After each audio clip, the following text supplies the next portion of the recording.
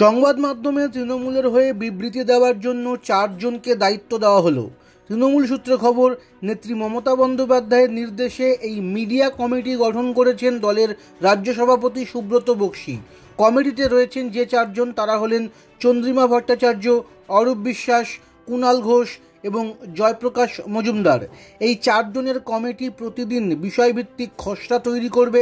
দলের অন্যান্য মুখপাত্ররা কোন অভিমুখে কথা বলবেন তা ঠিক করে দেবে এই কমিটি।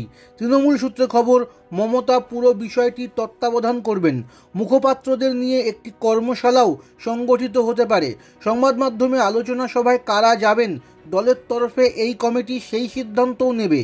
আগে দলের তরফে সংবাদ মাধ্যম সামলানোর দায়িত্ব পালন করত তৃণমূলের সর্বভারতীয় সাধারণ সম্পাদক অভিষেক বন্দ্যোপাধ্যায়ের ক্যামাক স্ট্রিটের দপ্তর। তৃণমূল সূত্রে খবর, আরজি কর কাণ্ডের আবহে সেই দায়িত্ব থেকে নিজেদেরকে সরিয়ে নিয়েছে ক্যামাক স্ট্রিটের দপ্তর। বৃহস্পতিবার থেকে এই পদক্ষেপ করেছে তারা। তৃণমূল সূত্রে জানা গিয়েছিল এই বিষয়ে নেত্রী নির্দেশ দিতে চলেছেন। এবার সেই নির্দেশ পেয়ে নতুন কমিটি গঠন করলেন সুব্রত।